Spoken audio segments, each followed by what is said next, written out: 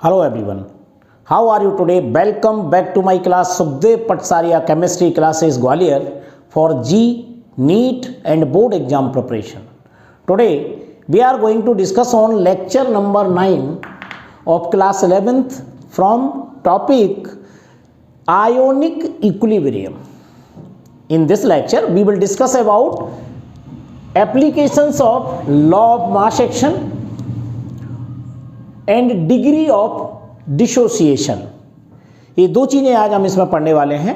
This lecture is very very important for those students who are preparing for JEE और NEET with 12th class. So let's start without delay. But kindly request to you please like share and subscribe my channel. तो चलिए आज के इस lecture number 9 में इस ionic equilibrium वाले chapter से मैं आपको सिखाने वाला हूँ एक्सप्रेशन ऑफ केसी। केसी हम कैसे निकालेंगे अलग अलग रिएक्शंस के लिए, उसमें डिग्री ऑफ डिसोसिएशन का फॉर्मूला कैसे फाइंड करेंगे, और इसके अलावा इसमें कुछ छोटी छोटी ऐसी चीज़ें होंगी जो आपको एग्ज़ाम में बीच बीच में से निकाली जाएंगी, इसलिए आपको पूरा एक्सप्रेशन समझना होगा विदाउट टेंशन के। तो चलिए मेरे साथ आप इसको नोट करिए, समझते जाइए मैं कैसे से सॉल्व कर रहा हूं। सारे इसी तरीके से आपको आगे के क्वेश्चन सॉल्व करना है। आज मैं इसमें टाइप 1 ले रहा हूं, लिख देता हूं यहां पर टाइप। ये टाइप 1 क्या है इसको मैं यहां एक्सप्रेस कर रहा हूं।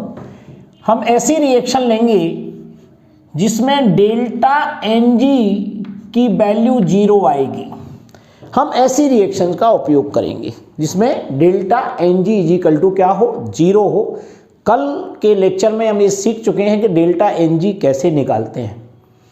तो डेल्टा NG इजिकल टू 0 हो। नंबर 2, ये रिएक्शन कैसी होना चाहिए, होमोजीनियस होना चाहिए, यानी सारे रिएक्टेंट और प्रोडक्ट सभी गैसीय फॉर्म में हो। तो हम होमोजीनियस रिएक्शंस में एक्सप्रेशन ऑफ केसी करेंगे, डिग्री ऑफ डिसोसिएशन का फॉर्मूला निकालेंगे। देखते हैं कैसे करना है। तो सबसे पहले हम एक रिएक्शन ले लेते हैं। इसमें मैं लिख रहा हूं H2 gas plus I2 gas. यहां पर रिवर्सिबल साइन लगाइए और बनेगा 2HI और AB गैस। सारी रिएक्टेंट और प्रोडक्ट गैसीय फॉर्म में है। अगर इसमें मैं डेल्टा NG की वैल्यू निकालूं तो 2 मोल इधर हैं और 2 मोल ही इधर हैं रिएक्टेंट के, तो 2 - 2 इजिकल टू 0। तो डेल्टा NG इसमें क्या हो रहा है, 0। इसे टाइप 1 कहा जाता है। अलग अलग टाइप की रिएक्शन बताऊंगा मैं जिसमें डेल्टा NG बाकायदा चेंज होगा और उसमें एक्सप्रेशन ऑफ केसी भी चेंज होंगे, डिग्री ऑफ डिसोसिएशन भी चेंज होगा। राइट, आज मैं इसको आपको स्पेशल तरीके से सिखा रहा हूं। तो इसमें 3 स्टेप है। देखिए, पहली स्टेप में आपको क्या सोचना है, ऐसी कोई रिएक्शन है तो सबसे पहले मैं यहां लिखूंगा स्टाइकियोमेट्रिक कोफिशिएंट। शॉर्ट में मैं SC ही लिखूंगा इसको, स्टाइकियोमेट्रिक कोफिशिएंट। ये क्या होता है, इसमें जो भी रिएक्टेंट और प्रोडक्ट आपको दिए गए हैं इसके पहले जो नंबर ऑफ मोल्स होते हैं उसी को बोलते हैं स्टाइकियोमेट्रिक कोफिशिएंट। तो इसकी देखो संख्या H2 की कितनी है, 1 मोल है, तो यहाँ पर 1 मोल लिख दीजिए। I2 कितना है, 1 मोल है, ये भी यहाँ पर आएगा। और 2HI कितना है, 2 मोल है। कुछ समझ में आई बात। इस तरीके से पहले हम स्टाइकियोमेट्रिक कोफिशिएंट को रिप्रेजेंट करते हैं। सेकेंड नंबर पर लिखा जाता है इनिशियल मोल, IM, इनिशियल मोल। ये इनिशियल मोल्स क्या होते हैं, ये हम मान लेते हैं। पेपर में जो क्वेश्चन आएगा आप इस माने हुए वर्ड को चेंज कर सकते हो। यहाँ पर मैं क्या मान रहा हूँ, मान लीजिए मेरे पास H2 का A मोल है। जैसे कई बार एग्जाम में बोला जाता ना 2 mole of H2 and 3 mole of I2 ऐसे लिखते हैं ना, तो 2 मोल और 3 मोल जो उसने बोले तो ये उसने इनिशियल मोल्स बोले, लेकिन यहाँ पर जो रिप्रेजेंट दिखाई दे रहा बैलेंसिंग इक्वेशन में ये अलग होता है और जो न्यूमेरिकल में दिया जाता है वो अलग होता है। तो आपको इसको फॉर्मूला जब बनाना आ जाएगा तो आपको कुछ सोचना नहीं है, आपको फाइनल फॉर्मूले से ही क्वेश्चन सॉल्व हो जाएगा, आपको तो ये सीख लेना है। तो यहाँ पर स्टाइकियोमेट्रिक कोफिशिएंट हो गया, दूसरा इनिशियल मोल। इनिशियल मोल मैंने H2 के मान लिए A और I2 को मान लिया B, तो ये B मोल लिए। तो यहाँ पर जो HI है तो इनिशियल मोल में ये 0 होगा, क्योंकि इनिशियल मोल का मतलब रिएक्शन प्रारंभ हो रही है, अभी HI नहीं बना है, उस समय तक ये 0 है, ये मोल्स लिए गए हैं। अब रिएक्शन प्रारंभ हो गई और इक्विलिब्रियम की पोजीशन पे आ गई, तो ऐसी कंडीशन में लिखेंगे मोल्स एट इक्विलिब्रियम। इसको आप लिखेंगे, क्या लिखेंगे? Moles at equilibrium. ये वर्ड आप नोट कर लेना, नहीं भूल जाएंगे, मोल्स एट इक्विलिब्रियम। अब इक्विलिब्रियम पे जो मोल्स लिखे जाते हैं तो ये डिपेंड करता है कि ये पार्ट H2 का या I2 का कितना HI में कन्वर्ट हो गया। तो ये भी अभी अपन मान लेते हैं, हमें पता नहीं है, तो मान लीजिए इसका डिसोसिएशन या एसोसिएशन जो भी हुआ है, तो जो HI बनेगा तो इसमें से कुछ कम हो जाएगा, इस A में से, उसे हम मान लेते हैं X, तो इसको लिख देंगे A माइनस X। ये हो गया इक्विलिब्रियम पर। और B है तो B क्या हो जाएगा? B में से भी X कम हो जाएगा, ठीक है। अब यहाँ पर 2 मोल है तो इसे लिखा जाएगा 2x। आप अगर नकल करना सीख लेते हैं तो ये पैटर्न मैं नहीं बदलूंगा, यही पैटर्न आपको लास्ट तक बहुत सारी रिएक्शन सॉल्व करवाना है। ये केवल एक रिएक्शन नहीं है, इसके 6 पैटर्न तो आपको मुझे बताना ही बताना है।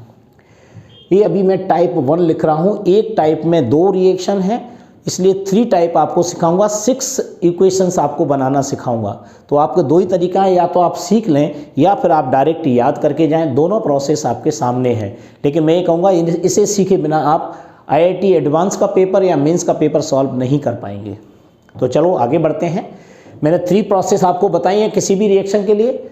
स्टाइकियोमेट्रिक कोफिशिएंट आपको दिखाई देगा, इनिशियल मोल्स आप A और B मान लीजिए। मोल्स एट इक्विलिब्रियम पर जितना भी आप ये जो बनेगा, मैंने यहाँ 2x माना है तो उसमें से x कम कर दीजिए। तो 2x का मतलब बच्चे कंफ्यूज होते हैं कि यहाँ 2x लिखा है तो -2x क्यों नहीं लिखा। नहीं, जितने मोल्स यहाँ पर आते हैं उतने ही x इसमें से कम किए जाते हैं, राइट। तो ये टोटल 2x है, लेकिन यहाँ पर लिखा जाएगा हर में से एक मोल्स कम कर देंगे। तो आपको A minus x, B minus x और 2x। फिर भी आपको दिमाग में कुछ समस्या आएगी तो मुझे बाद में कमेंट सेक्शन में बताना, आप अभी सीखते चले जाइए। 3 प्रोसेस आपको ये बताई ये है। अब आपको क्या करना है, मुझे इन वैल्यूज को एक्टिव मास में कन्वर्ट करना है। तो एक्टिव मास के फॉर्म में कैसे लिखेंगे, तो यहाँ लिख देता हूँ एक्टिव मास। एक्टिव मास लिखने का तरीका ये होता है, मैंने पिछले सेक्शंस में आपको बताए थे कि एक्टिव मास होता है N/V, number of moles upon volume. तो यहाँ पर ये नंबर ऑफ मोल्स हैं, इनिशियल पर AX, BX और A2X हैं, और मोल्स भी क्या होता है? वॉल्यूम होता है, इसको भी मान लेते हैं। तो हमेशा आपको ये लिखना है, तो ये क्या हो जाएगा? A माइनस X ब्रैकेट में लिख देते हैं अपॉन V। ये आपका एक्टिव मास हो गया। किसका एक्टिव मास हो गया? H2 का, हाइड्रोजन का एक्टिव मास।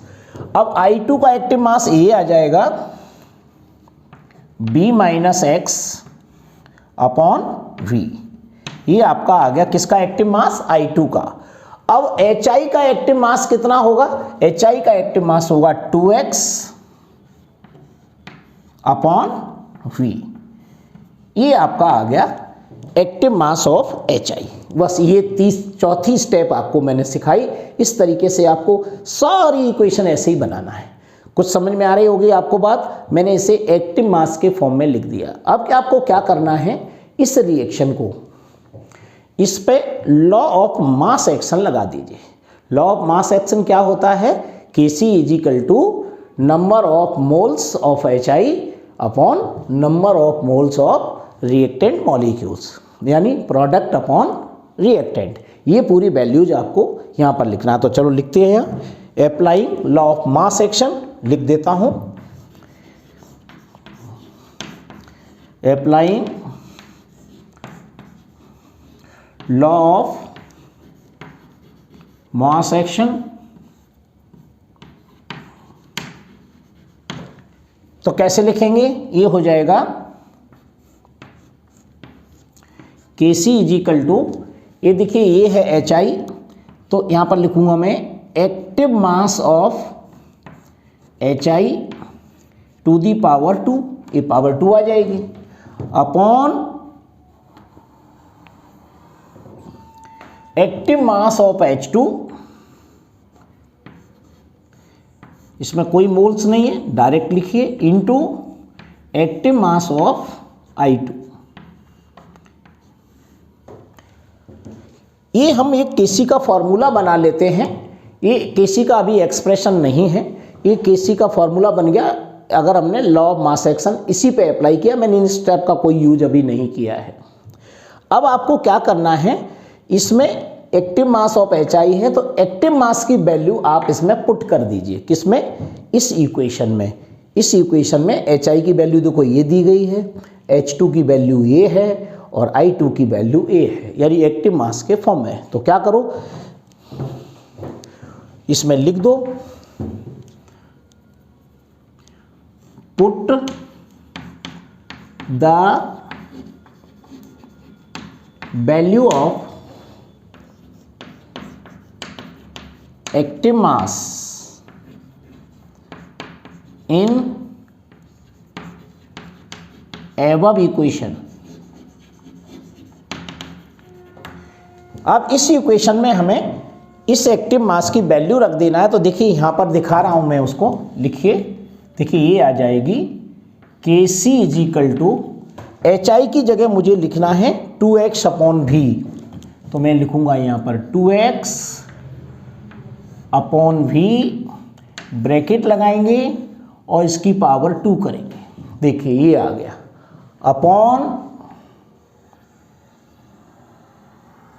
अपॉन में क्या आएगा, ये आएगा A minus x upon V into B minus x upon V। ये हमने वैल्यू यहाँ पर लिख दी, किसकी, Kc की। ये वैल्यू मैंने यहाँ रखा। अब क्या करो, इसको सॉल्व कर लेते हैं सिंपल तरीके से। तो देखिए काटा पीटी कर देंगे यहाँ पर, इक्वल टू, ये 2 बार लिखा हुआ है तो यहाँ बार बार लिख दो, 2x upon V into 2x upon V into, इसको ऊपर ले जाइए तो जी क्या हो जाएगा, V upon A minus x into V upon B minus x. Okay, ये आपको किया। यहाँ पर इसको काट देते हैं, ये दोनों भी कट जाएंगे, हमारे पास क्या बचेगा, तो देखिए ये हो जाएगा 2x इंटू 2x, तो क्या हो जाएगा 4x square upon A minus x और B माइनस एक्स, ये आ गया।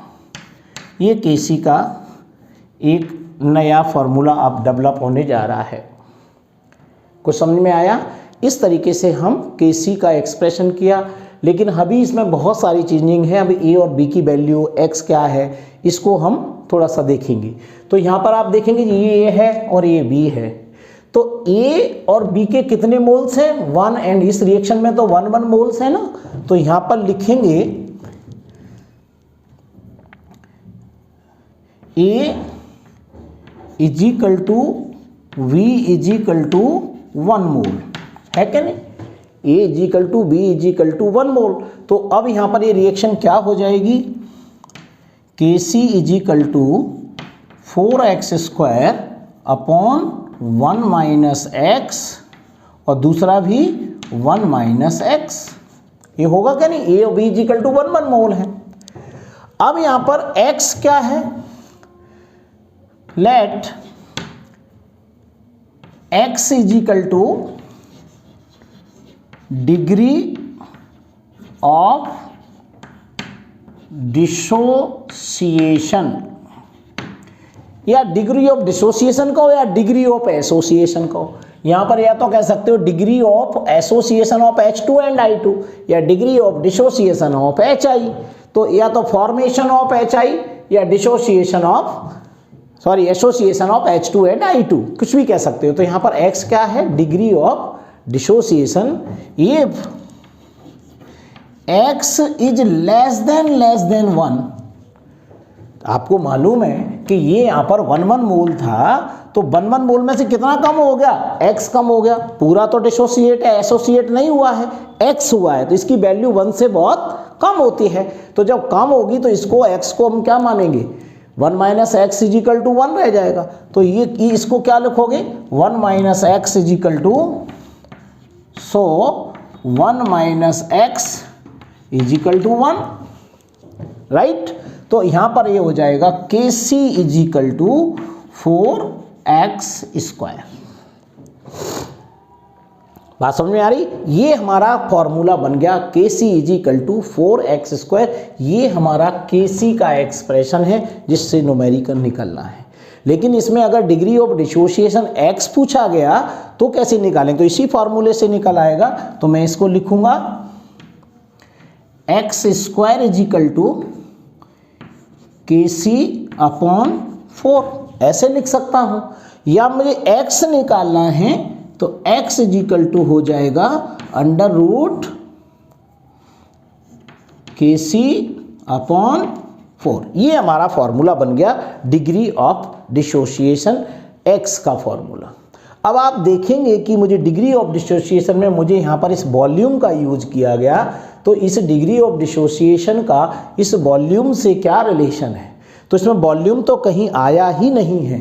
तो इसको आप लिख सकते हो x is directly proportional to V naught, यानी डिग्री ऑफ डिसोसिएशन वॉल्यूम पर डिपेंड नहीं करता है, इसलिए इसे V नॉट करके लिखा जाता है। ये है complete expression of KC and degree of dissociation x। इस तरीके से आप किसी भी वैल्यूज को निकाल सकते हैं। अगर Ng की वैल्यू 0 है, ये ध्यान रखना बच्चों, डेल्टा Ng की वैल्यू 0 है, ऐसी कंडीशन में Kc का फॉर्मूला और डिग्री ऑफ डिसोसिएशन x का फॉर्मूला सेम ही आएगा। जैसे डेल्टा Ng की वैल्यू चेंज होगी, ये फॉर्मूला भी चेंज हो जाएगा। इसे निकालने का ये सबसे बेस्ट तरीका है। आपको बस ये 3 स्टेप समझना है, बल्कि 4 स्टेप बोलिए ये वाली। Step number 1, step number 2, step number 3, step number 4। उसके बाद लॉ ऑफ मास एक्शन लगाइए और उसमें एक्टिव मास की वैल्यू रखिए। बस मैथमेटिकली सिंपली सॉल्व करके और आप आसानी से यहाँ तक पहुँच सकते हैं। तो डायरेक्ट फार्मूला पूछ सकते हैं, न्यूमेरिकल आ सकते हैं, और इसे निकालने की आपको कोशिश करनी है। इस टाइप के आपके सारे टाइप मैं आपको बताने वाला हूँ। आज मैंने एक्सप्रेशन ऑफ केसी दिखाया है। इसी फॉर्मूले से होमोजीनियस अगर रिएक्शन है तो केपी का क्या फॉर्मूला होगा, वो हम नेक्स्ट टर्न पर यानी अगले टर्न पर लेक्चर नंबर 10 में सिखाने वाला हूँ कि इसी रिएक्शन में केपी को कैसे फाइंड करेंगे। क्या वो फॉर्मूला सेम होगा या डिफरेंट होगा, आप मुझे कमेंट सेक्शन में बताइएगा। So thank you very much. Next lecture will be continue.